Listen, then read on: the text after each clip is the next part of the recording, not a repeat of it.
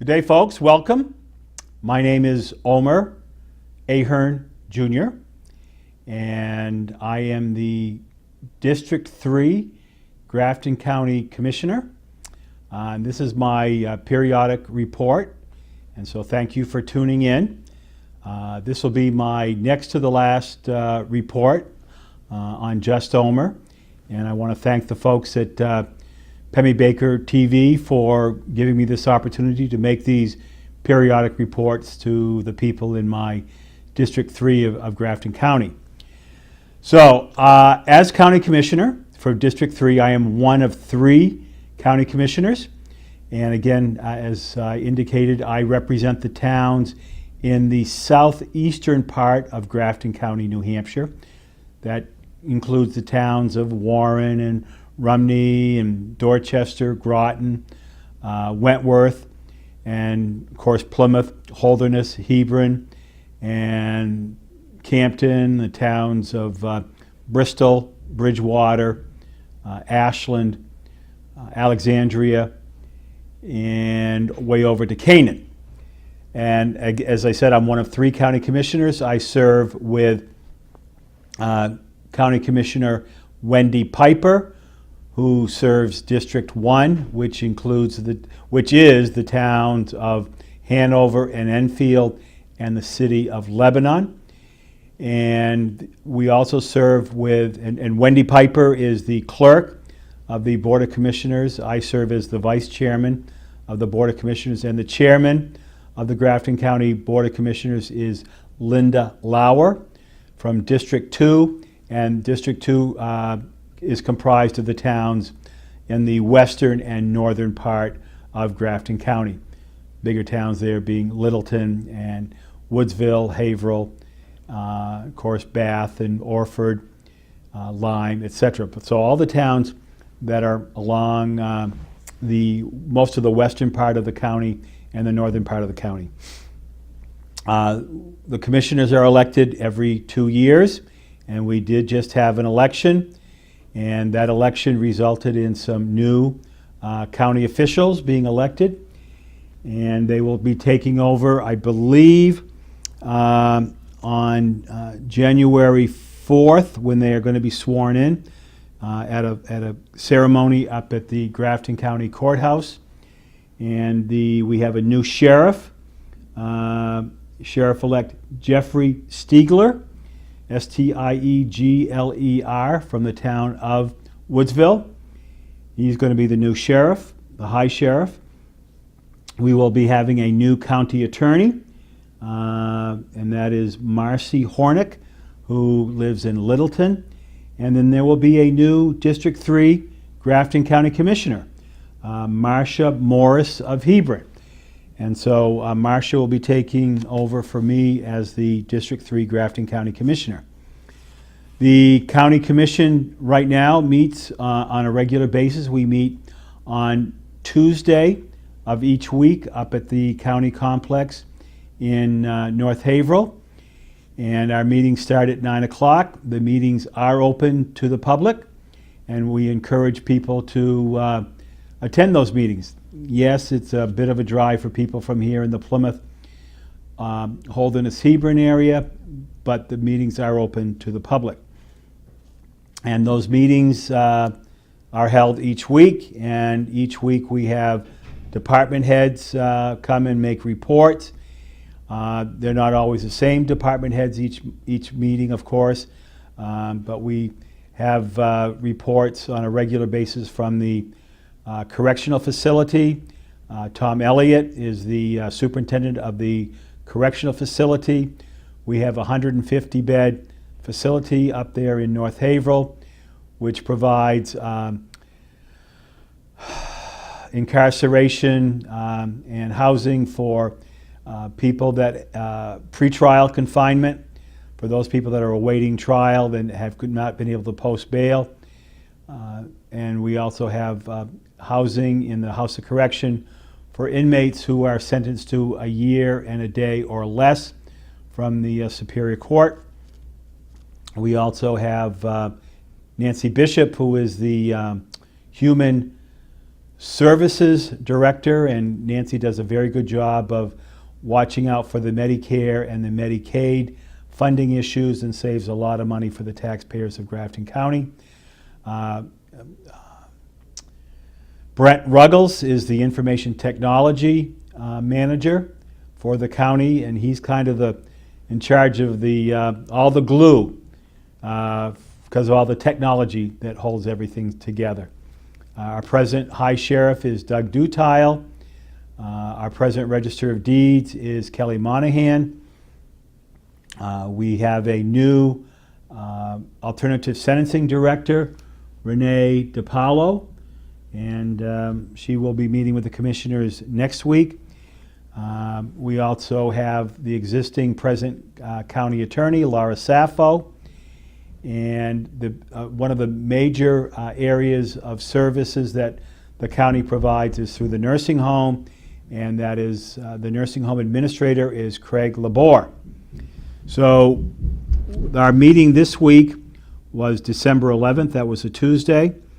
And our first department head at the meeting on Tuesday was the new farm manager, Lisa Napton.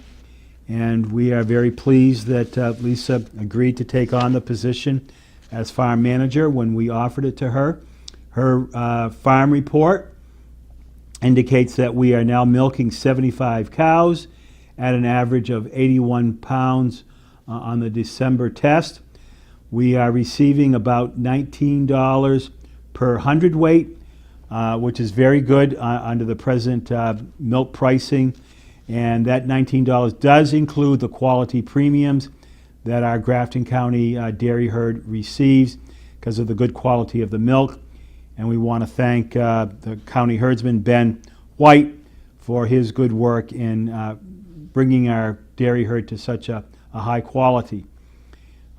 She reported that the John Deere tractor, the 2840, is down for repair, and that is being worked on. She mentions that all the sows in the piggery have been serviced, and we are going to be expecting quite a number of litters in the next several months. She talked with us about the class action lawsuit paperwork for 2001 through 2007, dealing with milk powder and the market manipulation of the milk powder.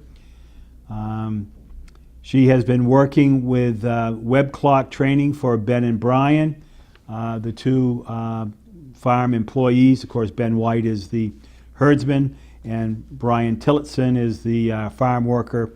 Does a lot of the planting, does the substitute milking when Ben has days off. Some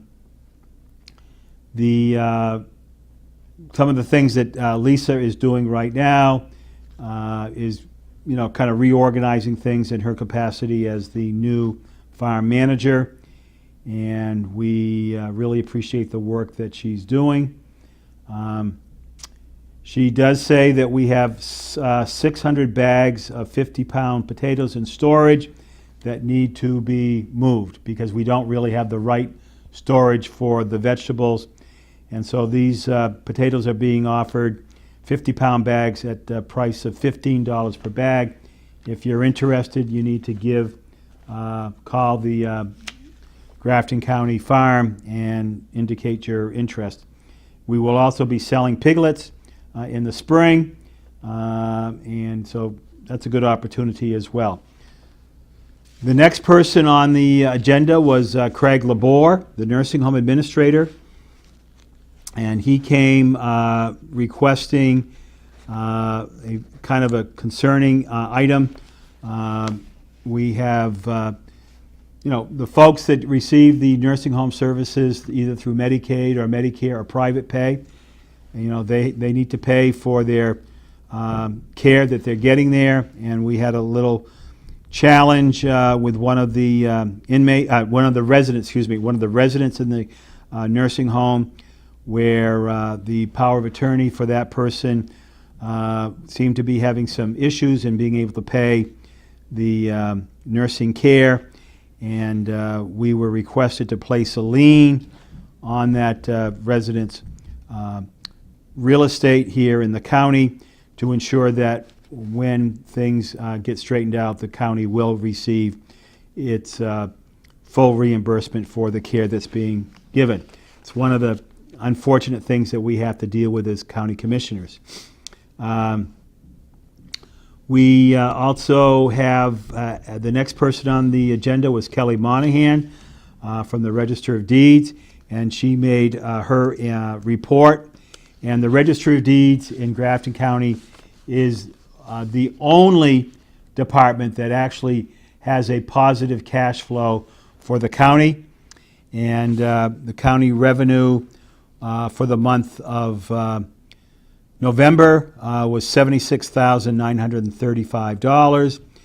At the same time, the state revenue, basically this is for the revenue, the transfer stamps that are paid whenever people transfer real estate within the county.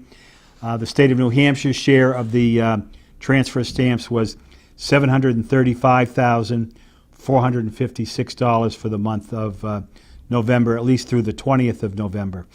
So the county's share of the transfer stamps was $76,935.79. One of the other statistics that the Register of Deeds Monahan provides to the county commissioners in her monthly report is the number of foreclosures in the county. And to date, in Grafton County, there have been 47 foreclosures through the 2018 year, 47 foreclosures to date, which is down significantly from 2011, when there were 199 foreclosures in Grafton County. Last year, 2017, there were 70 foreclosures. Register of Deeds Monahan reported that she was elected Vice President of the New Hampshire Registry of Deeds Association at their meeting on November 14th. She reported on some of the software conversion issues that are being dealt with at the Register of Deeds, dealing with Fiddler, which is a national software company that we have a contract with. And she talked about the challenges that are being dealt with conversion of the software with Fiddler. There is some legislation that she wanted to bring to our attention, where there is going to be some legislation to reduce the real estate transfer tax. That's LSR 324, and you can go to the state website, the state legislature website, to find out more about LSR 324. She also talked about this another statute, or LSR 648, which is seeking to establish an assurance deed, which I think is prone with a lot of private property issues and privacy issues. And so if you would like to know more about what these assurance deeds are talking about, go to the legislative website and look at LSR 648. So we appreciate the work that Register of Deeds Monahan does for the people of Grafton County.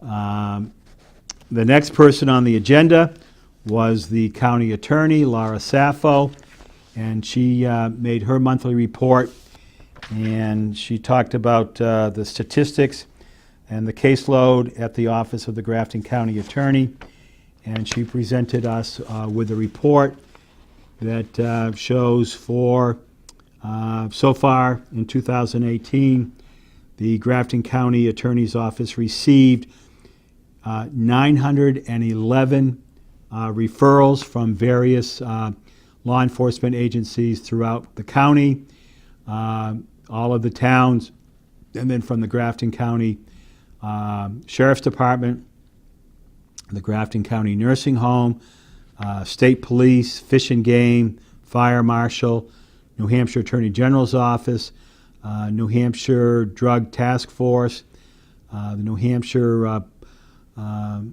State Police Department of Safety, and of course the Plymouth and Holderness and the Plymouth State University all had referrals to the County Attorney's Office, including Social Security Administration. And so that's quite a number of referrals that keeps the County Attorney's Office busy.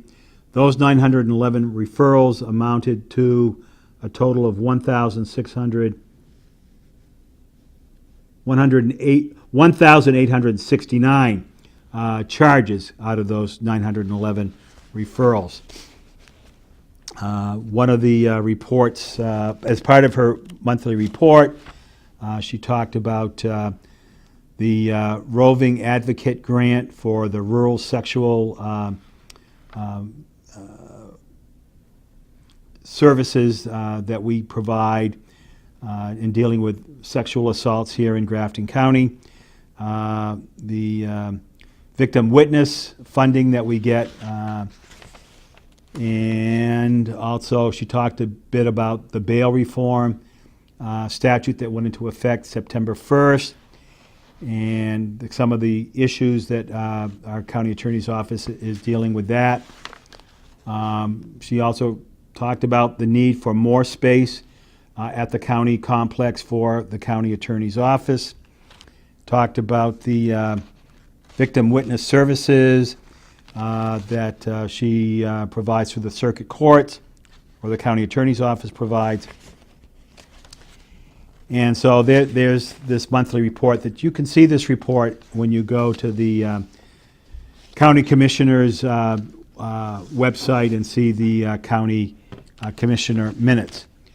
One of the other reports that she gave to us, which is a very sobering report in many ways, she gave us the drug death data for the year 2018 as of December 7th from the Attorney General's office down in Concord.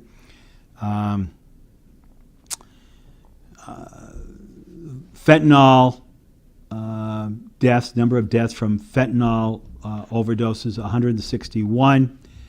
Fentanyl and other drugs, excluding heroin, 119 deaths. Heroin with no other drugs, there was 1 death. Heroin and fentanyl, there were 2 deaths. Other opioids, opiates, 13 deaths. Other drugs, 32, and unknown drugs, 2, for total drug deaths in New Hampshire of 330, again to December 7th. 330 people died of drug overdoses in the state of New Hampshire. Very sad statistic to report. However, in the recent years, 2016 saw the most deaths of, and that was 485 drug overdose deaths in 2016. 2017, we had 488 drug overdose deaths, so 217 was the highest. And at this point, we're down to 330. We also have statistics of cocaine deaths by the year. And again, this is a report that is submitted to us from the Attorney General's office. We also receive reports from the county sheriff's office. Doug Dutile is very good about keeping us up to date on statistics that he deals with opioid and other overdoses. One of the other reports that we got is the Superior Court report, which basically gives the commissioners a report of the number of inmates that are in our Grafton County correctional facility and how long some of those inmates have been resident in our facility. We have 1 inmate out of the Grafton County Superior Court who has been a resident for the last 247 days. Here's another one who has been in our facility for the last 401 days, admitted in October of 2017. This person is in jail for a charge of second-degree murder. And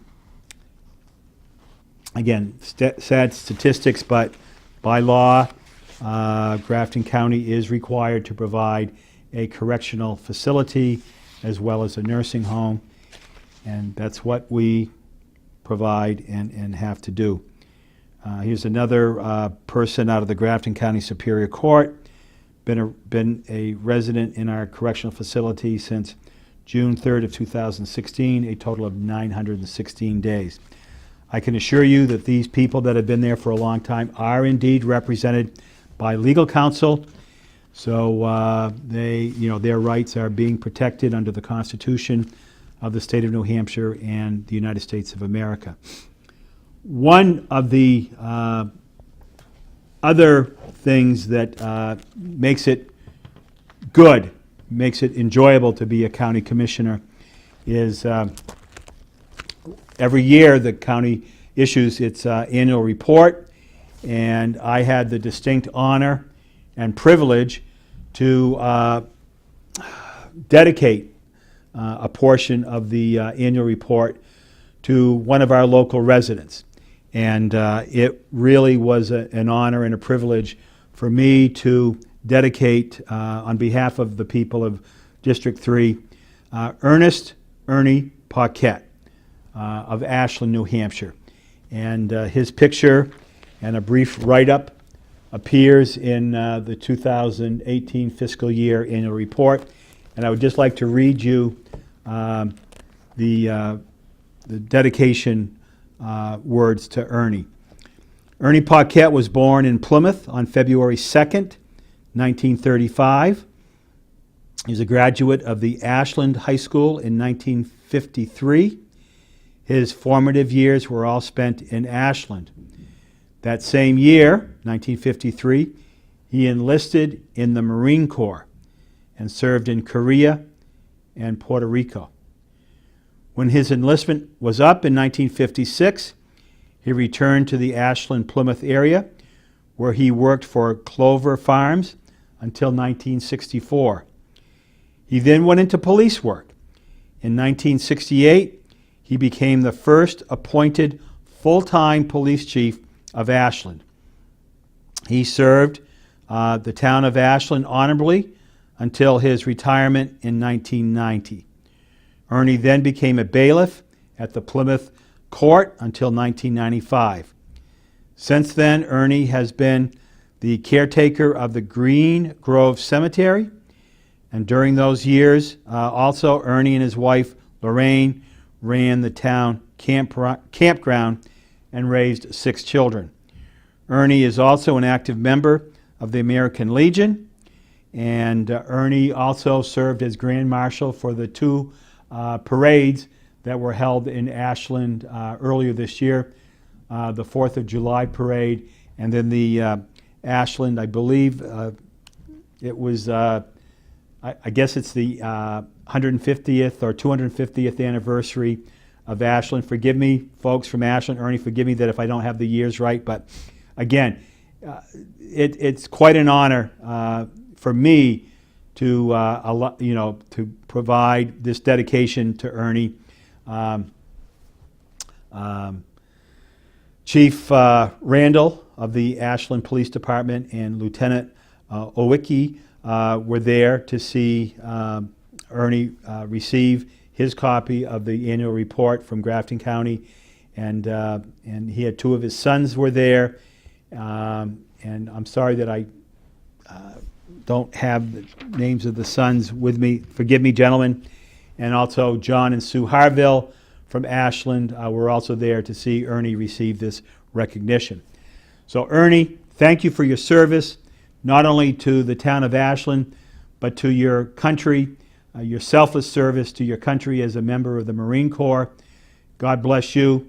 And again, we thank you for your service. A couple of other things that are going on.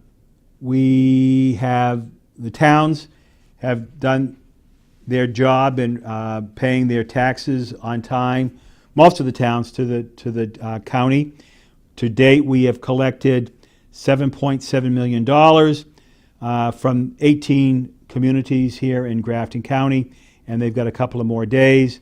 There are other towns have a couple of more days to make their payments to Grafton County.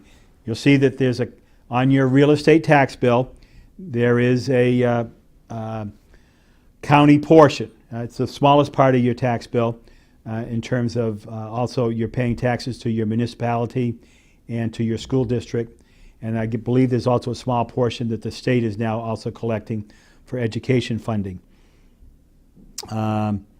We received a email from Jeff Myers, who is the department head of the Department of Health and Human Services, about funding of some of the social service agencies here within the county and within the state of New Hampshire, and talked about how the funding from the federal government to the counties is going to be shared with the State Department of Health and Human Services.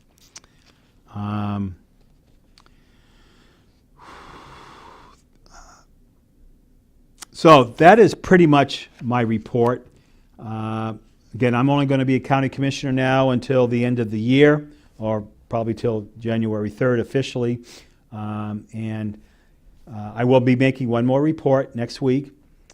But I just want you to know that county government in New Hampshire is very, very important to many people on many different levels. The care that we provide to our elderly in the nursing home. Actually, we just had our first veteran be admitted to the nursing home under that part of the nursing home that we have designated for veterans. So we're very pleased that we can start providing that service dedicated to the veterans. And of course, we have the Department of Corrections, where we have to provide pretrial confinement in the jail, and we provide incarceration for folks from, who are sentenced out of the Superior Court. We also have a number of female residents from Coos County that we provide incarceration services for, and we do receive $50 a day per inmate from Coos County, plus any medical bills would be paid for by Coos County. So that is my report. Again, I want to thank the folks at Pemmy Baker Television for allowing me to make this presentation. And I want to thank the other two commissioners that I work with, Commissioner Lauer, the chairman, and Commissioner Piper from District 1. And I can't tell you how proud I am of all the department heads at Grafton County, the people that we work with, Jim Oakes from the maintenance department,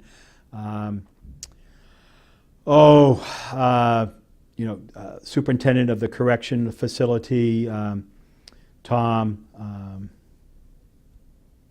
forgive me. Anyway, I want to thank you for listening, and just end by saying God bless the Granite State of New Hampshire, and God bless the United States of America. Thank you.